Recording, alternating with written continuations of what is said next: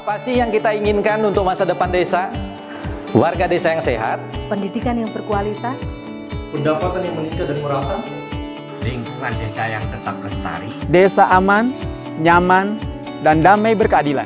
adat dan budaya desa yang terlindungi. Semua itu adalah cita-cita kita bersama melalui SDGs Desa. Kita bergandengan dengan seluruh warga Sebin, melangkah maju, mewujudkan cita-cita bersama. Desa-desa di Indonesia telah menapaki kemajuan. Gotong royong yang tetap terjaga. Fasilitas di desa semakin baik, pendidikan dasar mencukupi. Akan tetap kita tidak boleh lengah, sebab masih banyak tantangan yang menghadapi. pengangguran pemuda desa. Pengangguran pemuda desa harus diatasi. Penurunan kemiskinan desa harus lebih cepat lagi. Kebakaran hutan harus dihentikan. Kekerasan terhadap perempuan harus dihilangkan. Pekerjaan-pekerjaan yang belum usai ini Kini harus kita tuntaskan. Jadi, mari berdiri. Mari berdiri. Mari berdiri. Mari berdiri sebaris, berjajar bergandengan tangan, melukis kuntul baris, Mewujudkan cita-cita kita bersama. dan pastikan Tidak ada satupun warga desa yang tertinggal di belakang. mari membangun Indonesia dimulai dari desa. 18 tujuan untuk mewujudkan desa yang lebih baik.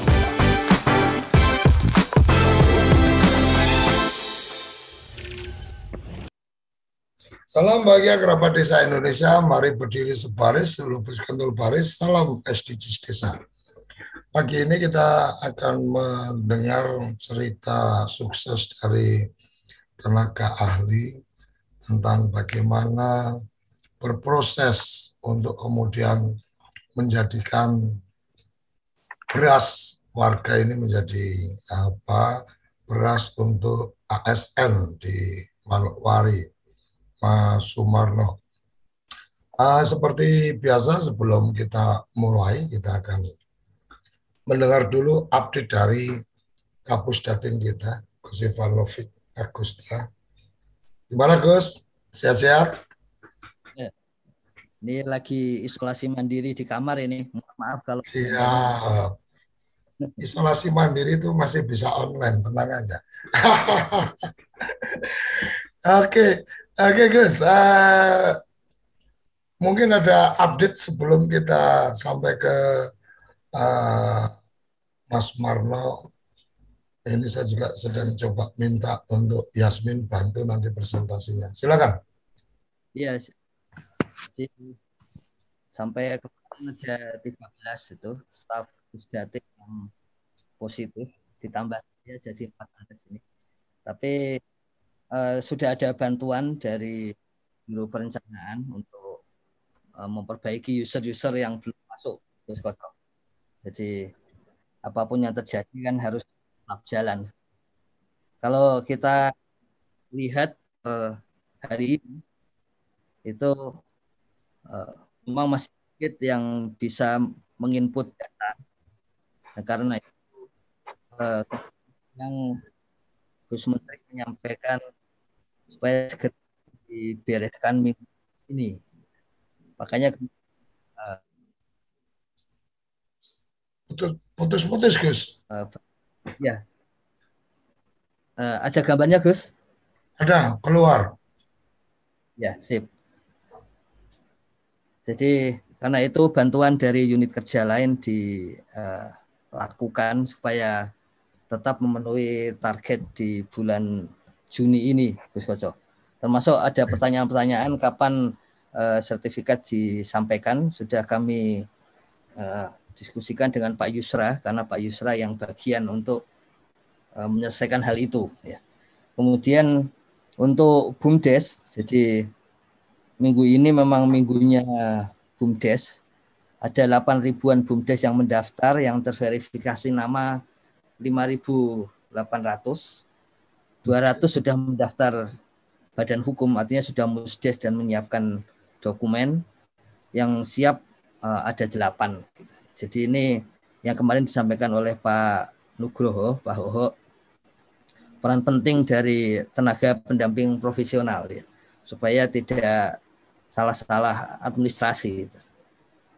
Saya sendiri tidak terlalu ahli di administrasi, seringkali malah mandeknya di sana kalau di. Kemudian BUMDes bersama ini 500 sebetulnya 500 sekian BUMDes bersama yang terverifikasi nama 127. Kemudian yang sudah mendaftar badan hukum 20 BUMDes bersama ya. Belum ada yang terverifikasi. Kemarin kami sampaikan juga bahwa Gus Menteri sudah meminta kepada staf hostnya beliau untuk menyiapkan tahapan pendataan. Jadi perlu dipastikan ini Gus Koco, tenaga pendamping profesional kerabat desa, bahwa seluruh pendataan dari tenaga pendamping profesional dan kemudian nanti juga pendataan oleh pemerintah desa itu seluruhnya online. Jadi tidak ada tidak ada pengumpulan data atau laporan yang sifatnya hard copy. Jadi sifatnya semuanya menggunakan soft file sesuai dengan keputusan Menteri Desa nomor 40 2021.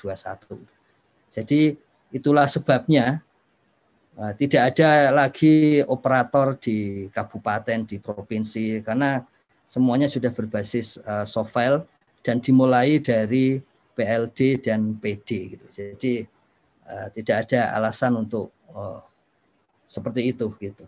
Kemudian seperti biasa ini Gus Koco kerabat desa, masalah soal akhir bulan ini masih masalah. Jadi kemarin Pak Yusra sudah diminta Gus Menteri untuk menyelesaikan gitu, bahwa semua basisnya itu online gitu ya. Jadi dan tidak ada lagi honor yang ditunda. Jadi hukumannya bukan honor tapi sesuai dengan Kepmen itu yang paling mungkin hukuman itu demosi ya, atau ada surat peringatan kalau ada penyalahgunaan etika gitu. Jadi tidak menggunakan honor sebagai hukuman karena itu sudah ditegaskan Gus Menteri ke Pak Yusra dan Pak Jajang waktu itu. Kemudian mungkin yang menarik juga adalah bahwa Gus Menteri sudah meminta supaya inovasi-inovasi desa dan inovasi dari tenaga pendamping profesional itu supaya masuk di dalam webnya Kementerian Desa. Gitu. Makanya ini sangat gencar untuk mengumpulkan inovasi pendamping dan inovasi dari desa. Ya.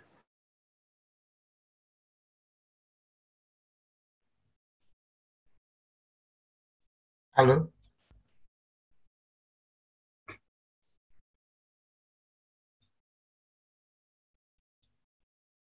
Halo.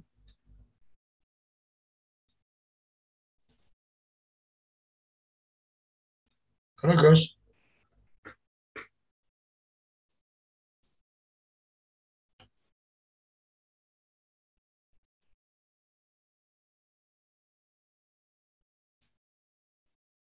Sepertinya koneksi Gus Ivan ada masalah. Kita tunggu nyambung lagi. Jadi Gus Koco ya. Ya, lanjut. Sorry karena pakai HP banyak yang telepon jadi mati. Ini saya pakai internet internal. Jadi inovasi itu saat ini satu-satunya sumber untuk pengetahuan kebudayaan yang orisinal Indonesia. Makanya peluangnya sangat besar untuk mempercepat kesejahteraan desa melalui inovasi dari pendamping desa. Gitu, Gus Koco. Gus Menteri pernah menyampaikan di dalam salah satu forum, bagaimana kalau BUMDes itu memasok beras untuk ASN di Pemda. Bahkan beliau sudah menghubungi beberapa bupati yang beliau kenal untuk mengelola itu. Jadi ada BUMDes atau BUMDes bersama yang mengelola seperti itu. Karena beras itu selalu dibutuhkan, pasarnya selalu ada. Gitu. Nah kemudian di salah satu email inovasi pendamping @kemendesa.go.id itu tiba-tiba masuk inovasi dari Mas Sumarno ini. Dan itu ada di Manokwari, sehingga oleh Menteri diminta mendalami. Kami sudah kumpulkan semua berita dan informasi tentang BUMDes ini.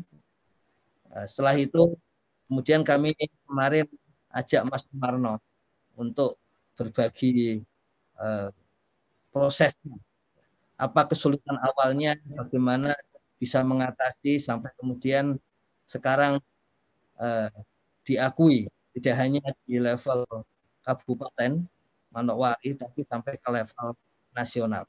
Dan itu bagi Menteri bahwa pemikiran beliau ternyata bisa jalan di lapangan, bahkan dimulai di timur. Itu menariknya pagi hari ini, Gus Koco, kerabat desa dan tenaga pendidik profesional. Mungkin begitu, Koco. Oke, terima kasih Gus Ivan. Karena Mas Marno paketnya handphone, jadi ada kesulitan untuk presentasi. Saya sudah coba minta admin untuk bisa bantu, semoga bisa bantu untuk share presentasinya. Karena di program kita memang sebenarnya nggak ada fasilitas untuk membantu mempresentasikan slide share, tapi semoga nanti tim admin bisa bantu. Dan satu lagi, kerabat desa dan pendamping desa profesional, mulai hari ini mungkin begitu acara on kita udah langsung log Zoom meeting kita, jadi supaya kita benar-benar mendapatkan teman-teman yang memang tertarik untuk bergabung dalam Zoom meeting. Untuk yang sudah acara berlangsung, mungkin aksesnya bisa melalui channel YouTube, dan juga untuk teman-teman yang menggunakan tidak mau repot di cari-cari di YouTube, bisa juga menggunakan aplikasi yang sudah kita siapkan. Aplikasinya di Sape, itu di situ sudah ada program atau tayangan yang sedang live di TV Desa. Itu kira-kira tambahan informasi dari saya. Sepenuhnya silakan Mas Marno untuk bisa sharing, berbagi informasi tentang bagaimana mendampingi atau melakukan advokasi teman-teman di desa untuk produknya bisa diserap oleh Pemda, karena memang kemarin saya juga habis ada ngobrol sedikit tentang bagaimana food estate, bagaimana produk-produk overstock, itu ternyata di beberapa kabupaten sudah terlanjur melakukan kontrak dengan pihak lain, sehingga justru produk lokalnya tidak terserap di wilayahnya. Ini sesuatu yang menyedihkan. Jadi baru tadi malam kita diskusi tentang food estate yang produksinya sudah bagus, ternyata serapan lokalnya ini tidak bagus. Oke, kita langsung saja berikan kesempatan Mas Marno untuk langsung sharing, sampaikan informasi-informasi yang bisa menjadikan inspirasi untuk teman-teman pendamping profesional yang lain. Semoga tim admin kita bisa membantu untuk slide share, tapi kalau umpama enggak pun materi sudah ada di slide share-nya TV Desa, tinggal diklik aja, di deskripsi YouTube juga sudah kita pasang. Silakan Mas Marno. Baik, terima kasih Gus Koco atas waktunya. Assalamualaikum warahmatullahi wabarakatuh. Selamat pagi, shalom, Om Swastiastu, dan salam sejahtera untuk kita semua. Pertama yang saya hormati Pak Kapus Datin, Pak Ivanovic, Gus Sukoco, dan kawan-kawan semua yang bergabung dalam TV Desa ini. Terima kasih atas apresiasinya Pak Kapusdatin yang sudah mengundang saya untuk berbagi pengalaman pagi hari ini. Saya kira saya langsung saja, Gus Sulkoco dan kawan-kawan. Jadi cerita pengalaman saya hari ini saya kasih judul Advokasi Panjang dan Berliku Beras Petani Lokal untuk Jatah Beras ASN Manokwari. Saya ingin sedikit cerita tentang CV saya sedikit lah, boleh kan saya promosi gitu. Ya, jadi saya menyelesaikan S1 saya di Universitas Papua yang juga ada di Manokwari, S2 saya juga di Manokwari. Kebetulan saya pernah bekerja sebagai wartawan lokal di sini, tabloid harian di sini, wartawan lokal 2006 sampai 2008. Saya juga pernah bekerja pada LSM lokal di sini. Kebetulan saya waktu itu bergerak di perencanaan penganggaran, advokasi APBD, dan juga saya pernah di LSM kesehatan HIV/AIDS. Saya juga pernah menjadi pendamping di program PNPM Mandiri Pertanian, baik itu sebagai pendamping distrik maupun sebagai pendamping kabupaten. Meskipun waktu itu saya di Fakfak. Saya juga pernah menjadi fasilitator advokasi provinsi untuk UNICEF, kerjasama dengan LPPM Universitas Papua. Waktu itu untuk advokasi dukungan baca tulis untuk sekolah pinggiran dan terpencil. Dan hari ini saya semenjak 2015 saya menjadi tenaga ahli pengembangan ekonomi desa di P3MD Manokwari. Jadi awal mula sebenarnya advokasi ini saya sudah mulai sejak 2007 ketika saya menjadi wartawan. Jadi pada saat itu saya banyak ditugasi oleh redaktur saya untuk menulis tentang masalah-masalah di desa. Waktu itu di desa, jadi sepanjang 2006-2008, meskipun saya tidak fokus menulis masalah-masalah di desa, tetapi hampir weekend, setiap minggu, ketika saya pulang ke desa, karena saya tinggalnya di desa, ketika saya pulang ke desa weekend, saya diminta untuk menulis masalah-masalah di desa. Nah, masalah di desa yang saya sering banyak temui, terutama di desa transmigrasi, adalah masalah-masalah sengketa pertanahan di wilayah transmigrasi, dan juga masalah-masalah pertanian, utamanya masalah-masalah pertanian di sektor petani padi sawah. Nah, di sektor petani padi sawah ini sejak dulu ini sudah menjadi masalah klasik sebenarnya. Kebiasaannya adalah pada saat musim panen raya pasti petani sulit memasarkan berasnya. Masalah lain itu sebenarnya di wilayah kami, saya pikir mungkin hampir mirip-mirip di hampir semua wilayah pertanian, terutama pertanian padi sawah, tumbuh suburnya tengkulak. Tengkulak ini dia banyak memanfaatkan ketidakberdayaan petani kita. Mulai dari sulitnya pemasaran, terbatasnya akses permodalan, maupun biasanya ini pada bulan-bulan Juli, Agustus, itu kebutuhan anak sekolah, baik untuk mendaftar, untuk kebutuhan-kebutuhan lain, pokoknya anak sekolah. Nah, herannya justru tengkulak-tengkulak yang ada di desa-desa ini dianggapnya sebagai pahlawan oleh petani, karena dianggap mampu memenuhi kebutuhan instannya para petani itu. Oke, kita lanjut. Jadi, waktu ketika saya masih wartawan, awal 2007 sekitar itu, saya sudah mulai melakukan advokasi. Karena saya jurnalis, saya mulai mengangkat suara petani, kemudian suara DPRD dari dapil saya, kemudian saya juga minta konfirmasi dari pemerintah daerah, dari Dinas Pertanian, dari Perindak, dari Bulog, dari BPTP, bagaimana persoalan pemasaran beras petani ini. Nah, waktu itu sebenarnya advokasi itu sedikit membuahkan hasil. Jadi di akhir 2008, seingat saya itu, Bulog Subdivre Manokwari di sini membeli beras petani dengan harga yang sangat di bawah dari harga pasaran di sini. Waktu itu saya ingat harga pasaran di sini itu Rp5.000, tetapi Bulog hanya mampu membeli Rp3.800.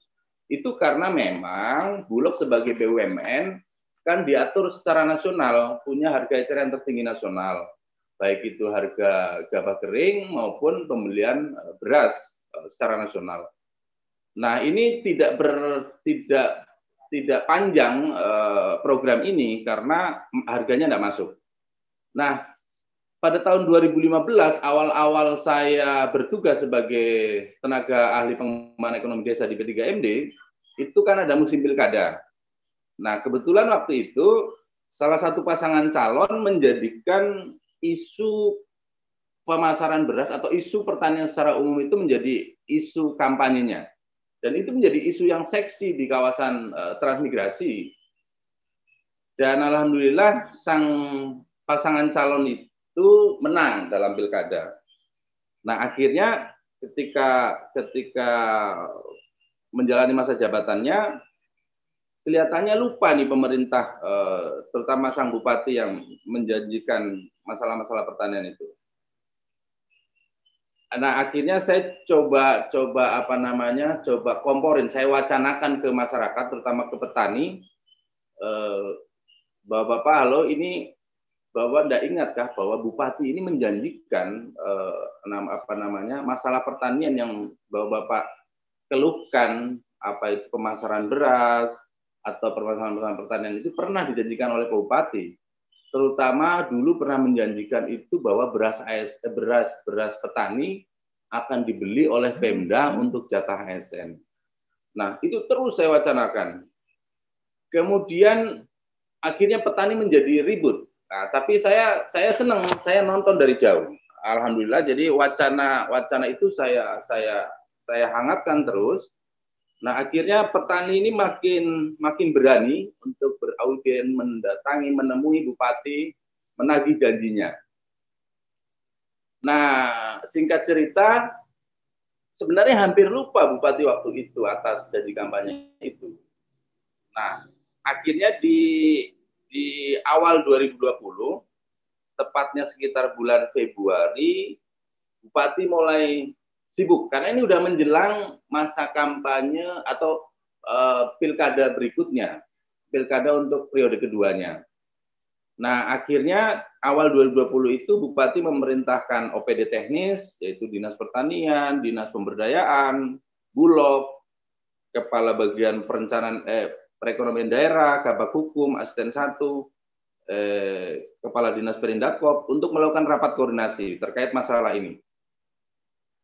Nah, awal-awal saya tidak dilibatkan untuk bagaimana strategi membeli beras petani untuk jatah ASN.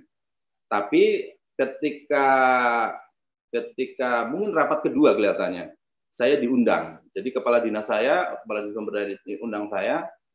Jadi ternyata di rapat pertama itu tidak menemui titik temu. Jadi saya diinformasikan oleh kepala dinas saya bahwa di rapat pertama, strategi awal pembelian beras petani itu maunya, karena ada Bulog hadir, Bulog itu sebenarnya ditekan oleh bupati untuk membeli beras petani kita. Jadi untuk jatah ASN. Jadi diharapkan bupati itu bilang, Bulog bisa enggak jatah beras untuk ASN Manokwari itu pakai beras petani. Jangan ambil dari luar terus. Tapi saya dapat cerita dari kepala dinas pemberdayaan saya, Bulog menyatakan, aduh mohon maaf Bapak, jadi kalau saya harus membeli beras petani, tentu harus mengikuti harga standar nasional. Petani tidak mau. Waktu itu kepala dinas cerita saya, harga nasional yang ditetapkan oleh Bulog itu kalau tidak salah sekitar 9.700 atau 9.800. Sementara aspirasi petani maunya beras dibeli dengan harga 10.000. Sehingga Bulog, kalau Bulog udah tahu bahwa petani menginginkan harga 10.000, sehingga Bulog meminta ke Pak Bupati, bagaimana Pak Bupati izin kami bisa membeli beras petani, tapi mohon subsidi tambahan. Artinya membeli di petani dengan 10.000, tapi karena Bulog harga nasional hanya sekitar 9.700 atau 9.800, Bulog minta 2.000 atau 3.000 rupiah subsidi dari pemerintah daerah. Pemda tidak mau. Kalau harus mensubsidi Rp2.000 kali kebutuhan beras ASN Manokwari itu sekitar 100 ton per bulan.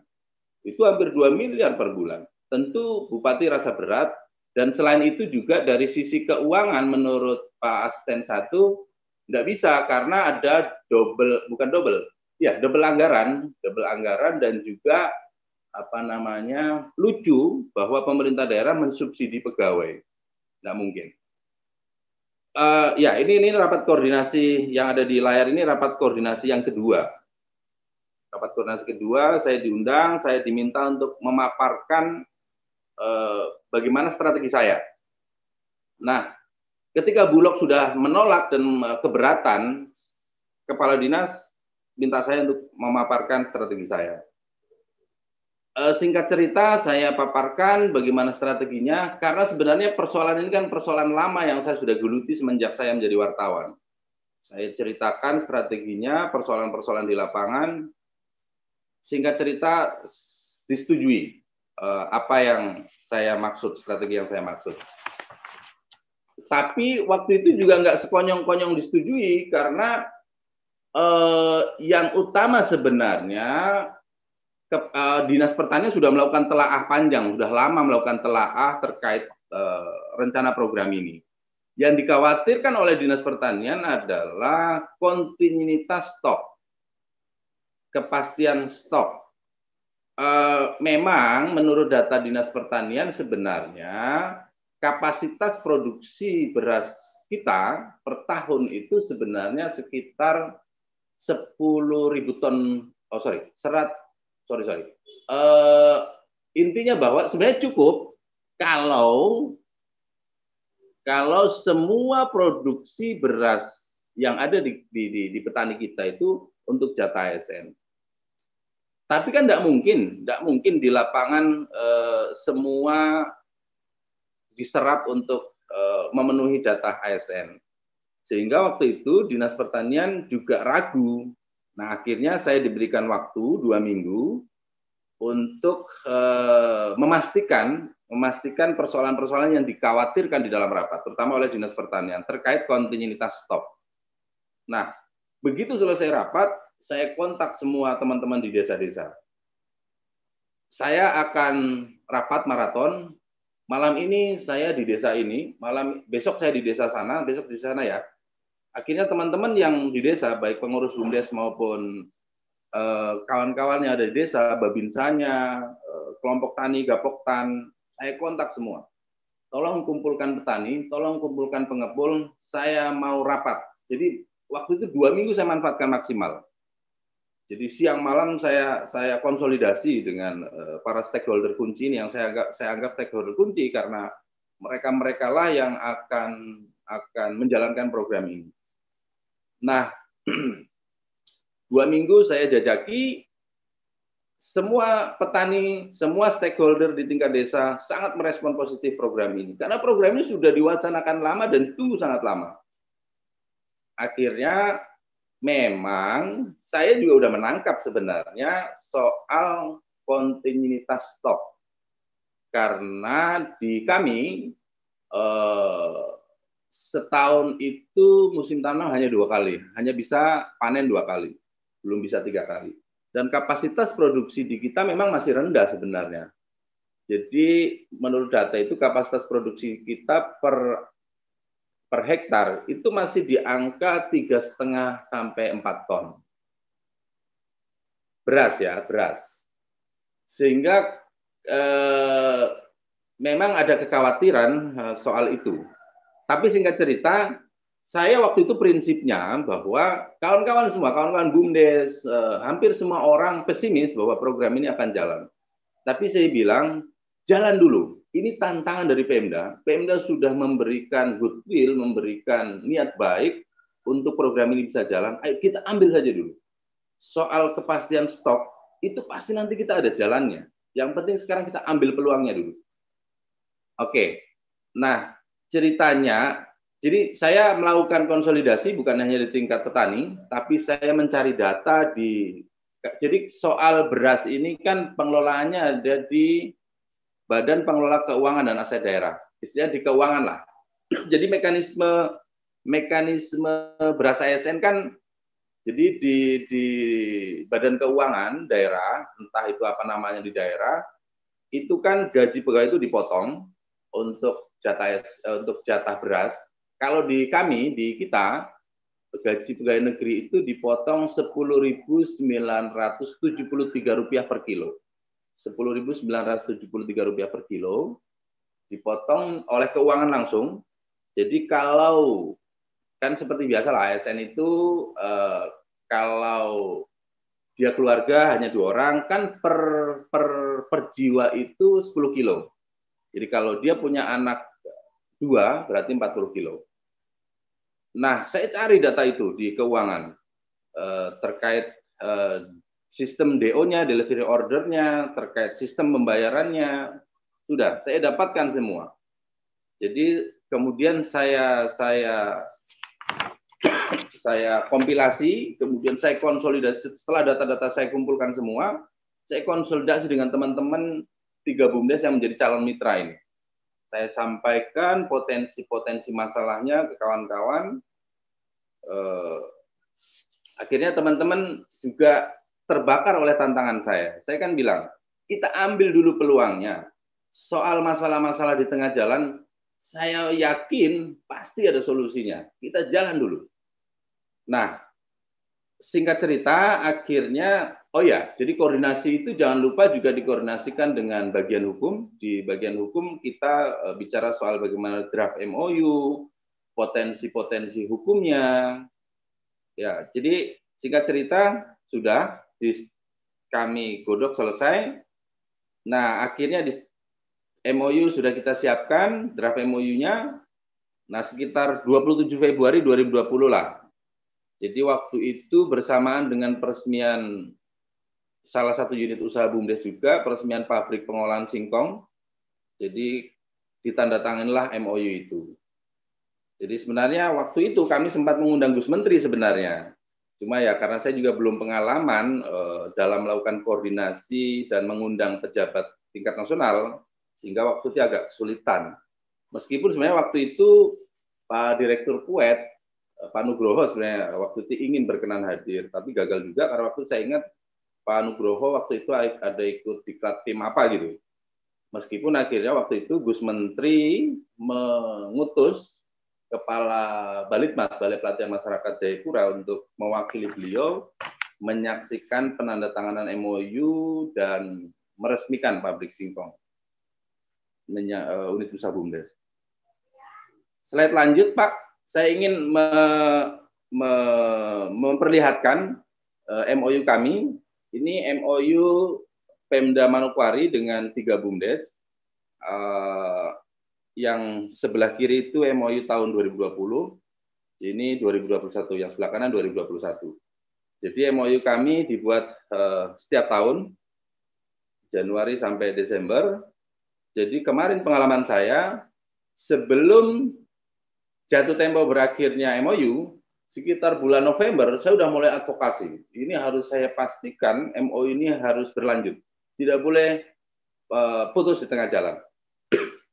Nah, kebetulan di sini bulan Desember 2020 kemarin kan juga pilkada. Nah, saya enaknya memastikan MOU ini karena lagi-lagi ini menjadi bahan kampanye isu politik. Jadi alhamdulillah incumbent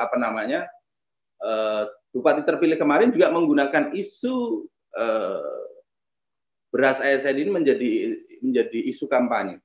Akhirnya saya pastikan pasti ini bisa berlanjut. Nah, alhamdulillah MOU perpanjangan 2021 itu ditandatangani oleh Bupati itu sekitar awal Desember. Jadi sebelum pilkada 9 Desember itu MOU ini sudah ditandatangani oleh Bupati. Next, Pak. Ya, jadi ini MOU-nya, ini SP2D yang setiap bulan kami urus. Jadi mekanismenya gini, Pak. Jadi bagian keuangan akan mengeluarkan DO, delivery order, terkait berapa beras yang harus kami siapkan Jadi nanti di bagian keuangan tuh rinci Pak, per SKPD, per orang itu rinci berapa beras yang harus kami siapkan. Saya tidak bisa lihatkan DO-nya. Jadi kami setiap bulan 3 BUMDes ini wajib menyiapkan itu 97 sampai 100 ton per bulan. Dengan nilai DO itu antara 1,097 sampai 1,77 miliar. Jadi setiap bulan itu ada uang beredar di tingkat petani itu 1 miliar lebih, 1 miliar 90 juta, 1 miliar 70 juta. Jadi memang dulu waktu saya mempresentasikan program ini, senjata saya yang pertama adalah pertama dari sisi politik saya sampaikan ini akan sangat menguntungkan pemerintah. Yang kedua soal perputaran uang di tingkat petani. Bayangkan 1 miliar kalau itu bisa berputar di kawasan setiap bulan Pak, ini setiap bulan berarti 1 tahun itu ada 12 miliar berputar di kawasan pertanian. Diharapkan itu akan menaikkan pertumbuhan ekonomi di kawasan itu. Yang berikutnya adalah proposal saya waktu itu adalah bagaimana meningkatkan animo dan semangat petani untuk meningkatkan produktivitasnya dan juga meningkatkan luas areal tanah. Itu dulu proposal saya. Dan alhamdulillah pelan-pelan dampak dari program ini ke sana. Meskipun saya belum mendapatkan data real berapa penambahan luas areal, berapa peningkatan kapasitas produksi, tetapi secara kasat mata saya sudah melihat itu. Pelan-pelan saya akan kumpulkan datanya menjadi bahan evaluasi program ini ke depan. Memang di akhir saya ingin menyampaikan, next Pak, next slide. Ya ini cerita-cerita kecil bagaimana kegiatan kita. Jadi beras kami kemas dalam kemasan 20 kilo. Sayangnya memang kami belum membuat kemasan yang berlogo atau bertuliskan BUMDes. Karena keterbatasan kami di Papua ya, jadi tidak mudah kami mencari percetakan. Nah ini juga di foto berikutnya itu, jadi ada di satu desa, Babinsanya sangat aktif membantu. Karena kebetulan dia juga, kalau di tingkat Koramil, dia adalah ketua Satgas Pangan. Ketua Satgas Pangan. Jadi mendorong petani untuk meningkatkan luas areal. Jadi beliau sangat aware, sangat mendukung program-program pertanian. Beliau sampai membantu mengawal kita pada dropping beras ini di OPD waktu awal-awal, sehingga lancarlah program ini. Yang di bawah ini pembayaran beras ke petani, ada penyerahan ke pegawai juga. Oke. Berikutnya adalah dinamika yang masalah-masalah berikutnya next. Yang berikutnya adalah dinamika stok dan distribusi. Jadi sesuai prediksi Dinas Pertanian maupun saya di awal program ini memang sebenarnya kami sudah memprediksi stok tidak aman sebenarnya. Tapi waktu itu saya sudah berpikir kalau ini tidak diambil tawaran program ini, kemudian masih terus pada sistem lama, Bulog masih murni ngambil beras dari luar, ya kapan mulai program ini? Nah akhirnya masalahnya di 3 bulan pertama, jadi waktu itu kami dropping di bulan Maret 2020. Jadi Maret, April, Mei kami masih aman, masih menggunakan beras petani lokal. Nah nanti di Juni itu beras sudah habis di pasaran, langka di pasaran. Jadi waktu itu kami BUMDes internal rapat evaluasi 3 BUMDes ini kami rapat internal. Ini kenapa beras langka? Tidak ada beras sama sekali. Pertama memang analisa kami stok, jadi kapasitas stok. Karena memang waktu itu waktu penandatanganan MOU itu memang lagi pas panen raya, sehingga stok 3 bulan itu aman. Indikasi yang kedua waktu itu ini ada permainan tengkulak. Jadi waktu itu memang tengkulak tidak rela sebenarnya program ini jalan. ini ada indikasi permainan tengkulak. Jadi tengkulak sengaja menyimpan berasnya supaya program ini macet, program ini tidak perlu berlanjut. Tapi kami tidak kehilangan akal. Jadi tanpa berkoordinasi sebenarnya, tanpa berkoordinasi dengan pemerintah daerah, diam-diam kami datangkan beras dari luar, dari Makassar, untuk stok bulan Juli, Agustus kami menggunakan beras luar. Juli, Agustus, September, 3 bulan kami menggunakan beras luar. Jadi setelah kami amankan stok bulan Juli, kami distribusi aman.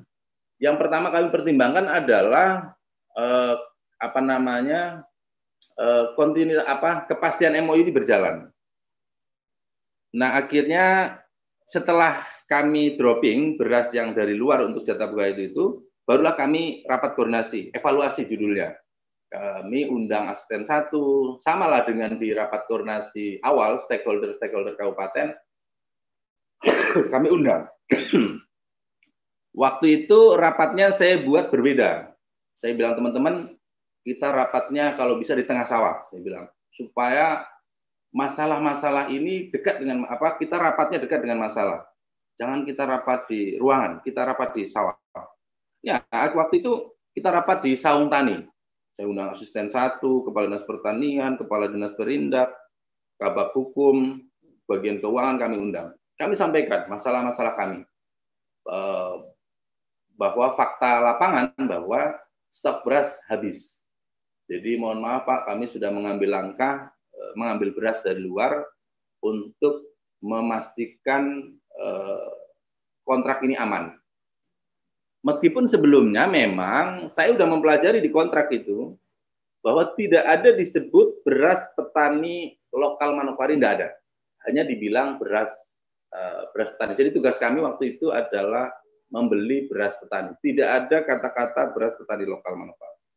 Nah, saya berani mengambil tindakan mengambil beras luar itu karena itu. Celah hukumnya ada. Setelah saya sampaikan terang bahwa ada kendala dan kami mengambil langkah itu, saya kira pemerintah akan marah. Tapi tidak. Kepala Dinas Pertanian merespon sangat positif, mengapresiasi. Jadi Kepala Dinas Pertanian sampaikan, saya salut ke teman-teman, ke tim ini, karena cepat mengambil langkah.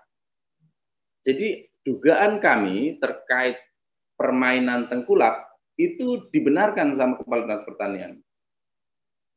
Jadi beliau sampaikan, ini luar biasa, teman-teman sudah bisa mengambil langkah.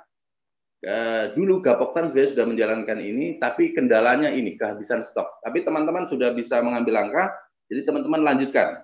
Tapi ingat, misi utama untuk membeli atau membantu beras tani lokal, itu jangan sampai teman-teman lupakan. Jadi jangan hanya mengejar untung. Memang kalau kita mengambil beras luar, Pak, beras di Makassar, kami beli sampai di Manokwari itu kita bisa dapat harga 93, 94, 9.400, 9.500 di Manokwari, Pak. Sementara beras petani lokal kita 10.000.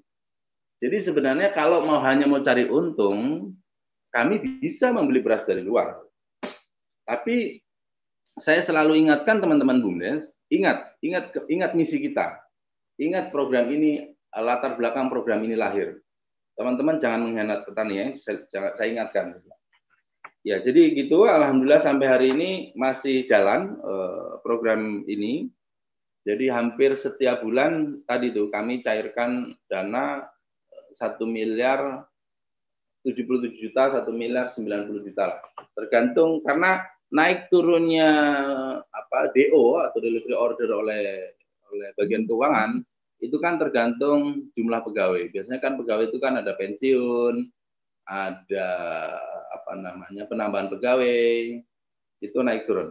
Nah, slide berikutnya saya ingin cerita tentang, saya bilang advokasi ini belum selesai karena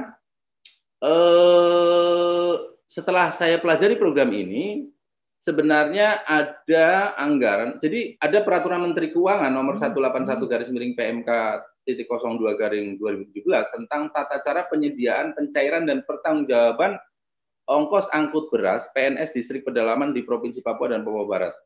Jadi ada PMK yang mengatur sebenarnya beras ASN atau beras pegawai khusus di Papua Barat kelihatannya itu ada biaya distribusi beras sampai ke wilayah-wilayah pedalaman. Setelah saya baca latar belakang PMK ini, jadi PMK ini mengatur ingin memastikan bahwa pegawai-pegawai yang bertugas di wilayah Papua Barat itu tetap berada di lokasi tugas dan berasnya sampai di lokasi tugas pegawai-pegawai yang bersangkutan itu.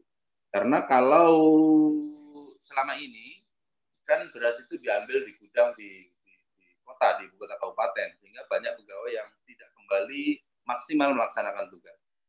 Nah, saya tahu bahwa ada anggaran, jadi pemerintah pusat khususnya, Menteri Keuangan khususnya, itu menyediakan anggaran untuk distribusi beras ASN ini sampai ke pedalaman.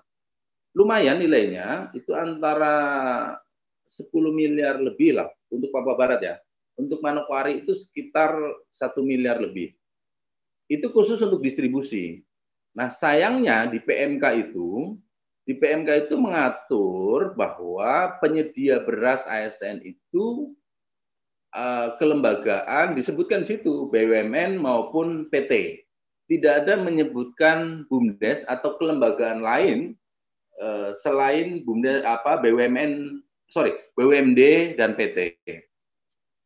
Nah, kebetulan anggaran itu dilelang. Jadi anggaran ini munculnya di Perbendaharaan Negara di Provinsi Papua Barat. Jadi saya tahu dilelang di 2020. Yang memenangkan itu sayangnya BUMD namanya PD Irian Bakti, BUMD-nya Provinsi Papua sebagai pemenang lelang.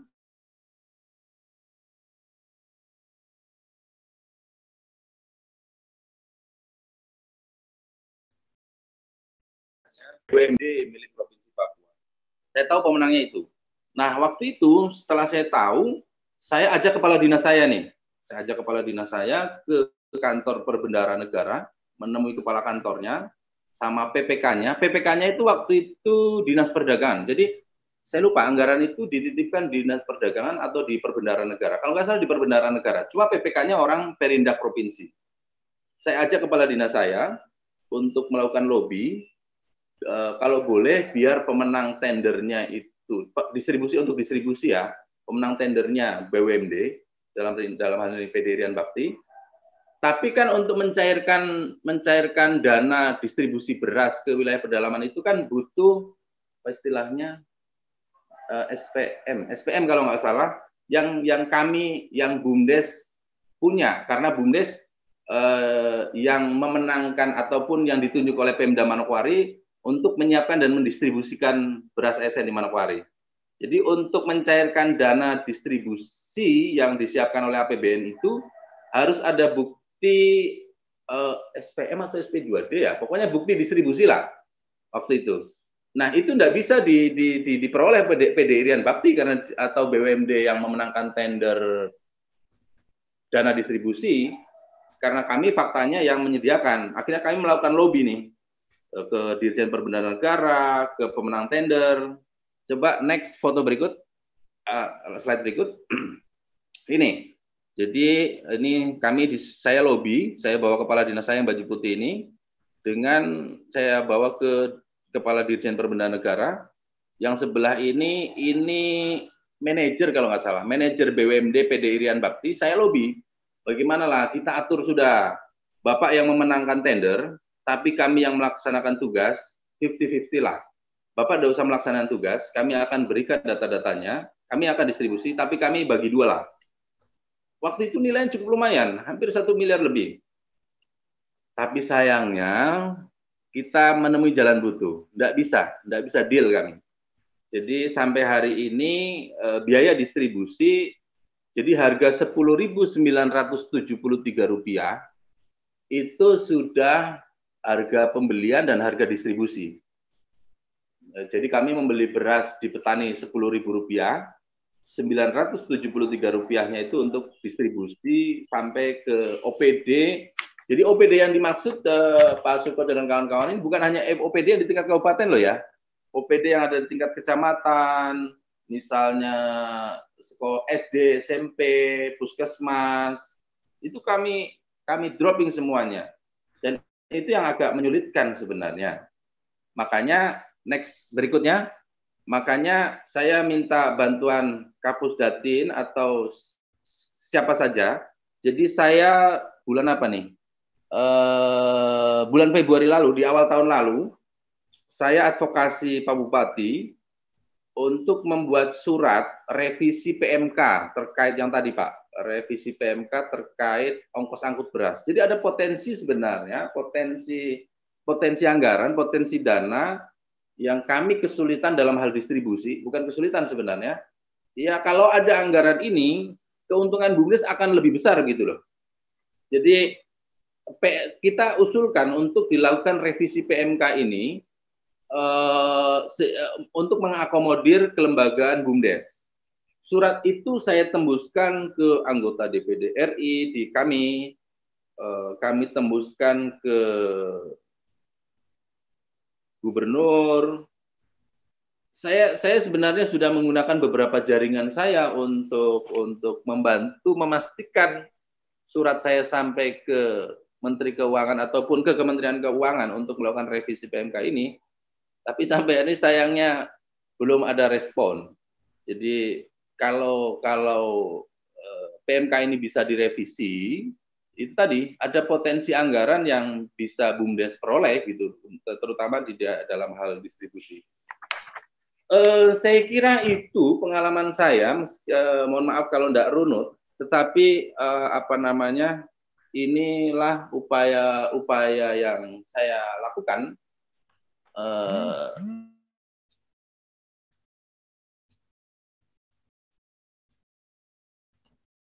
Meskipun sempat sampaikan. Tunggu, saya tambahkan dikit. Jadi semenjak program kami ini jalan,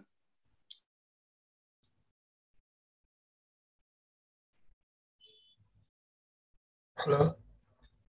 Dari setelah program ini jalan, kami lihat keuntungan BUMDes setiap bulan itu enggak kurang dari antara 15 sampai 20 juta. Bersih loh, Pak. Udah bayar karyawan, udah transportasi. Nah, makanya saya makin intens untuk mempelajari masalah-masalah pertanian. Jadi di sektor pertanian terutama padi sawah itu ternyata makin kita masuk mempelajari, makin banyak persoalan, mulai dari hulu sampai hilir. 2 kali kami memfasilitasi rapat koordinasi pertanian tingkat kecamatan. Jadi saya memang selalu mengajak kawan-kawan untuk konsen terhadap bidang pertanian karena program ini lahir karena adanya persoalan-persoalan pertanian.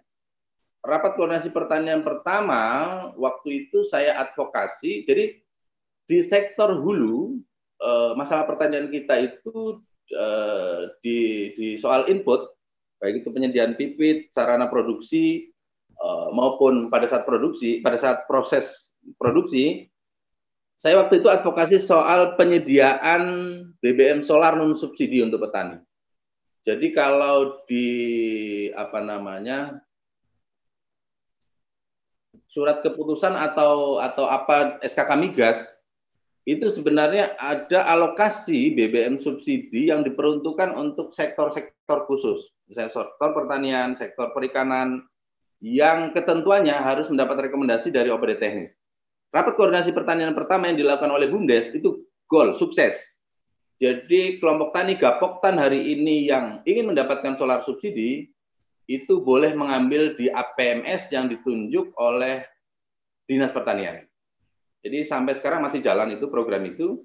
Jadi petani kita mendapat solar harga subsidi untuk menggerakkan traktor maupun alsintan lainnya. Rapat koordinasi yang kedua sekitar bulan 2021, rapat koordinasi pertanian kedua, saya menggagas sebenarnya ingin merevitalisasi peran kelembagaan petani kita.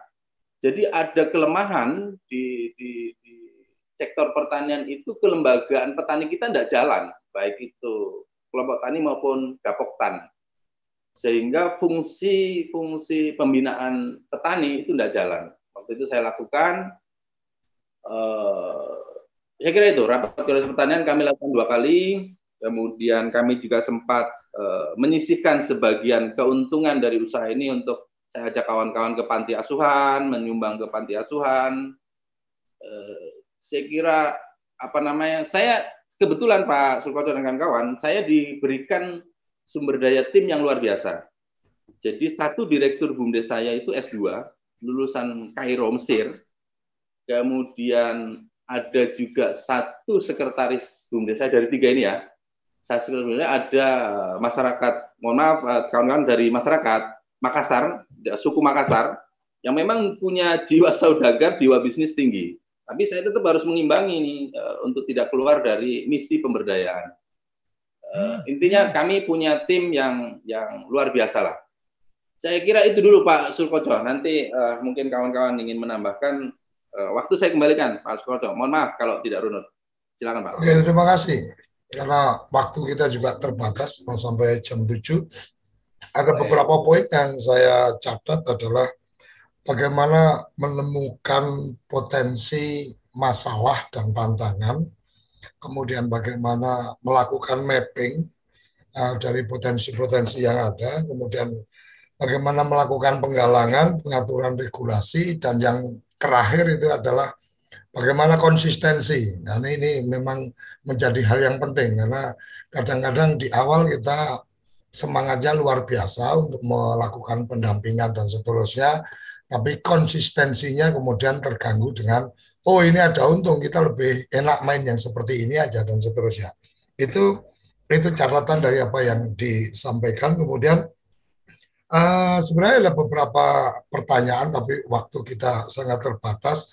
Berarti ini menggantikan peran Bulog sebagai logistik untuk ASN, ini sangat menarik dan menyangkut PMK sebenarnya, karena ini PMK-nya 2017 dan PP itu 2021 tentang keberadaan BUMDes, maka sebenarnya pertimbangan utamanya adalah ketika di PMK itu menyebutkan BUMD dan PT itu lebih karena memang legal positioning sebagai badan hukum usaha itu BUMDes belum ada pada saat 2017, maka mungkin itu bisa menjadi catatan masukan untuk memberikan surat yang kedua, mungkin mengingatkan bahwa sudah ada PP, maka badan usaha milik desa itu sudah setara dengan PT, sudah setara dengan koperasi, dan sudah setara dengan badan usaha milik desa.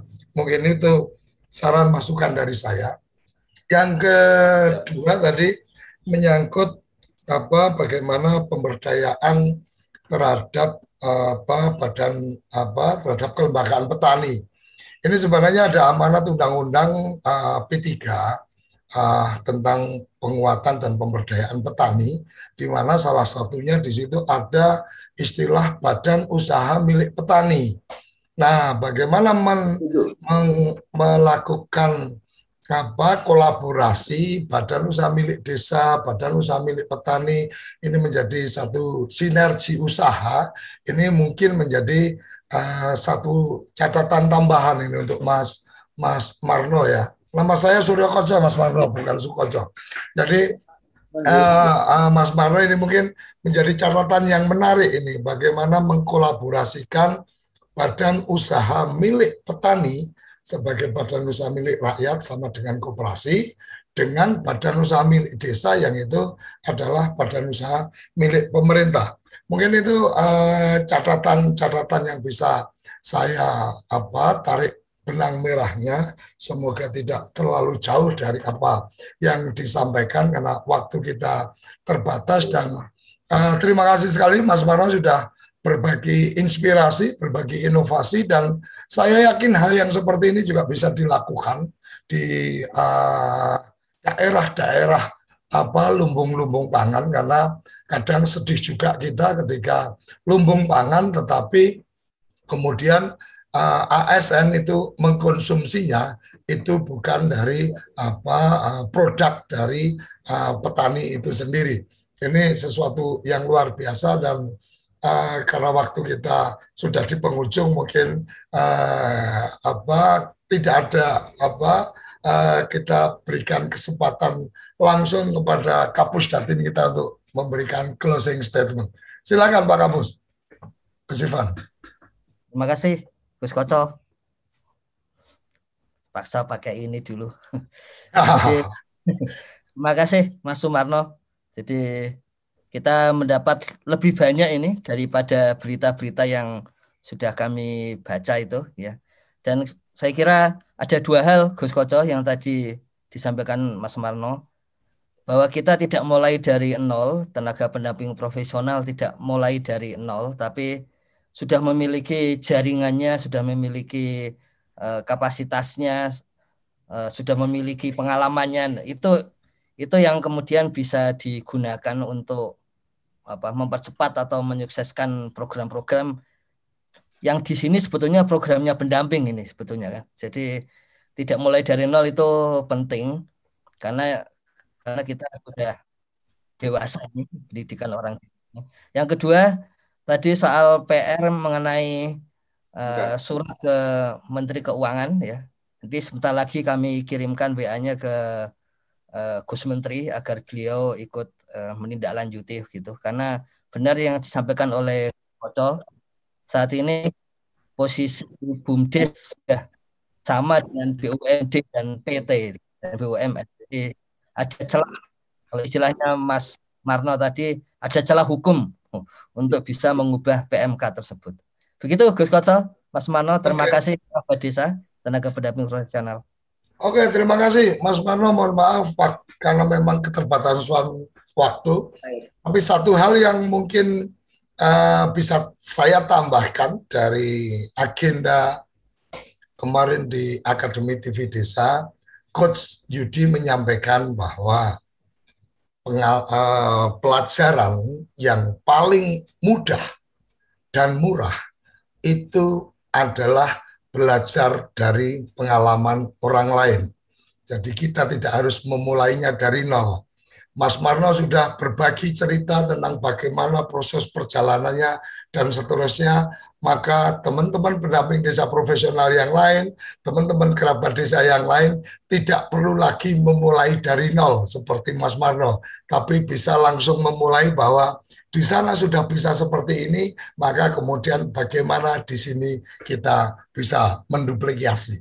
Kira-kira itu yang kita bisa dapatkan dari sarapan SDGs kita pagi ini. Luar biasa, terima kasih sekali lagi Mas Marno, terima kasih Gus Ivan sudah menghadirkan tokoh-tokoh inspiratif untuk kemudian kita bisa menjadikan agenda memuliakan desa menjadi lebih cepat.